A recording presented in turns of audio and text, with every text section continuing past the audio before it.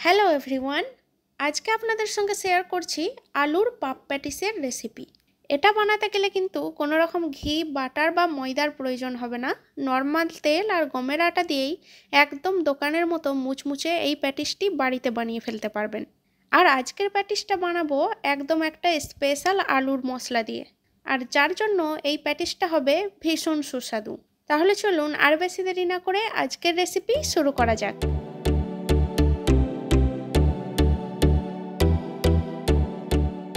Special আলুর মশলা বানানোর জন্য প্রথমেই একটা মিক্সারের জারের মধ্যে নিয়ে নিচ্ছি 4-5টা কাঁচা লঙ্কা, আর নিয়ে নিচ্ছি 4 টুকরো আদার টুকরো, আর অল্প একটু ধনে পাতা, আর নিয়ে নিচ্ছি সামান্য একটু পুদিনা পাতা।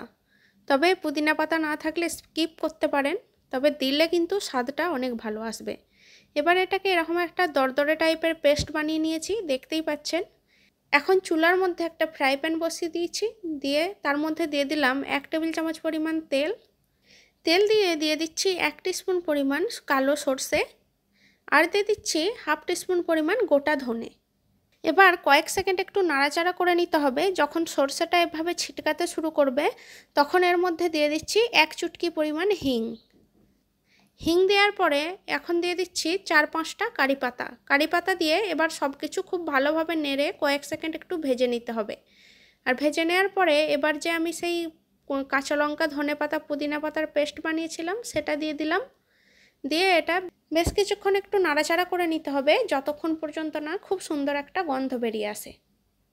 এখন অ্যাড করে দিলাম 1 টিস্পুন পরিমাণ হলুদের গুঁড়ো দিয়ে সামান্য নাড়াচাড়া করে এখন মিশিয়ে দিচ্ছি সেই সেদ্ধ করে রাখা একটা আলু। একটা বড় সাইজের আলু আমি এখানে সেদ্ধ করে রেখেছিলাম। সামান্য মিশিয়ে নিয়ে দিয়ে দিচ্ছি পরিমাণ মতো লবণ। আপনারা আপনাদের স্বাদ অনুযায়ী লবণ বাড়িয়ে বা কমিয়ে নিতে পারবেন। আমি এখানে 1 টিস্পুন ব্যবহার করেছি।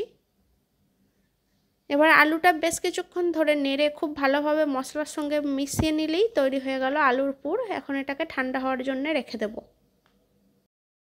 এখন প্যাটিস তৈরির জন্য আটাটা মেখে নেব। তার জন্য একটা পাত্রের মধ্যে নিয়ে নিচ্ছি 1.5 কাপ পরিমাণ গমের আটা। আটার মধ্যে দিয়ে দিচ্ছি 1 টিস্পুন পরিমাণ লবণ আর 1 টিস্পুন পরিমাণ চিনি।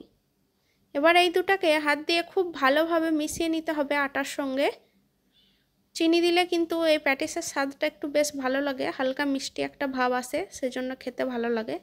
এখন এই আটার মধ্যে দিয়ে দিচ্ছি 2 টেবিল চামচ পরিমাণ নর্মাল তেল, সাদা তেল। এবার এই তেলটাকে হাত দিয়ে খুব ভালোভাবে ঘষে ঘষে আটার সঙ্গে মাখাতে হবে, যেটাকে ময়ন করা বলে। এই ময়নটা যত ভালো হবে প্যাটিসটা কিন্তু তত মুচমুচে হবে।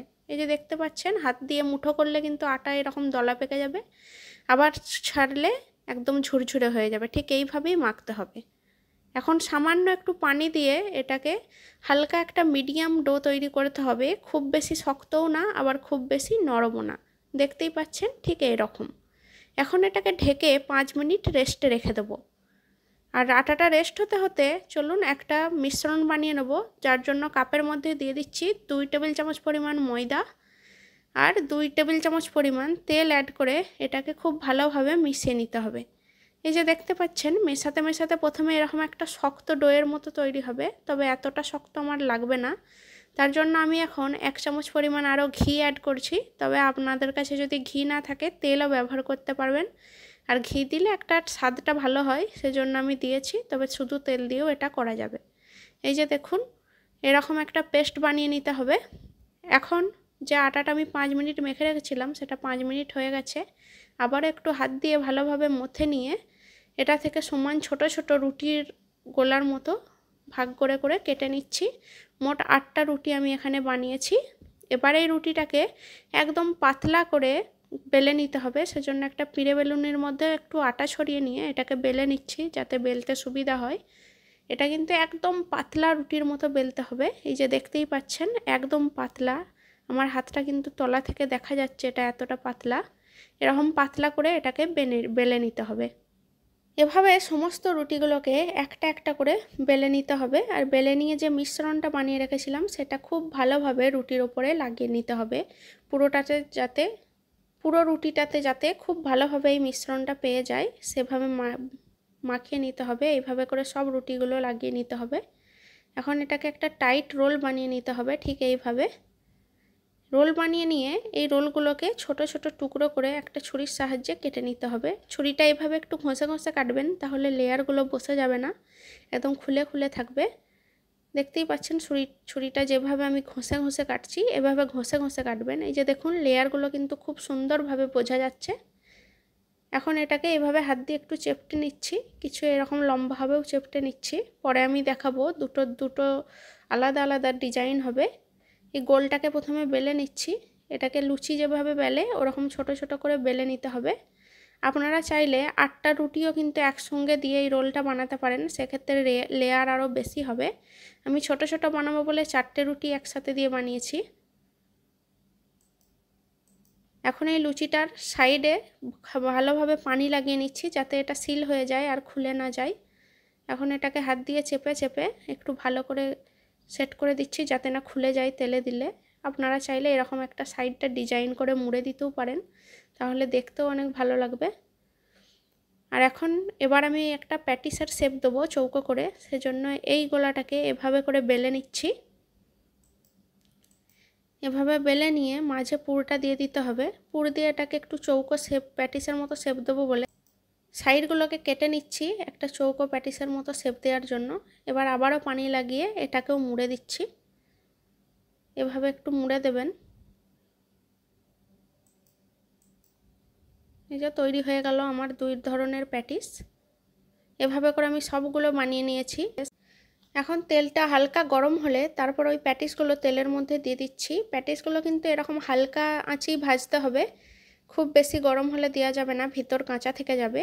এভাবে হালকা আঁচে উল্টে পাল্টে প্যাটিসগুলোকে একটু লালচে করে ভেজে নিতে হবে। এই যে দেখুন ভাজতে ভাজতে কিন্তু লেয়ারগুলো খুব সুন্দর একটা একটা করে খুলে আসবে। প্যাটিসগুলো এখন ভাজা হয়ে গেছে, একদম সোনালি করে মুচমুচে হয়েছে প্যাটিসগুলো, দেখতেই পাচ্ছেন। এখন তেলগুলো ঝরিয়ে তুলে নিচ্ছি একটা টিস্যুর ওপরে, যাতে এক্সট্রা তেলটাও ঝরে যায়। এই যে দেখুন সবগুলো প্যাটিস আমার তৈরি হয়ে গেছে। তা আপনারাও খুবই সহজে এভাবে বাড়িতে বানিয়ে ফেলতে পারেন। আর এই শীতের সময় সন্ধ্যায় তো এটা দারুণ লাগবে খেতে। এই যে দেখুন কতটা মুচমুচে হয়েছে, আমি দেখাচ্ছি আপনাদেরকে।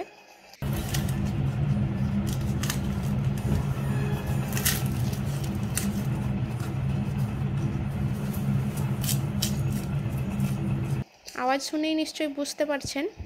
রেসিপিটি ভালো লাগলে লাইক কমেন্ট শেয়ার করবেন। আর আমার চ্যানেলে যারা নতুন এখনও চ্যানেলটিকে সাবস্ক্রাইব করেননি, তারা অবশ্যই চ্যানেলটিকে সাবস্ক্রাইব করে পাশে থাকা বেল বাটনে প্রেস করে দেবেন, যাতে আমার সমস্ত নতুন ভিডিওর আপডেট সবার আগে আপনাদের কাছে পৌঁছে যায়। তাহলে আজকে এখানেই বিদায় নিচ্ছি, আবারও দেখা হবে নতুন কোনো রেসিপির সাথে। সেই পর্যন্ত সবাই ভালো থাকবেন, বাই।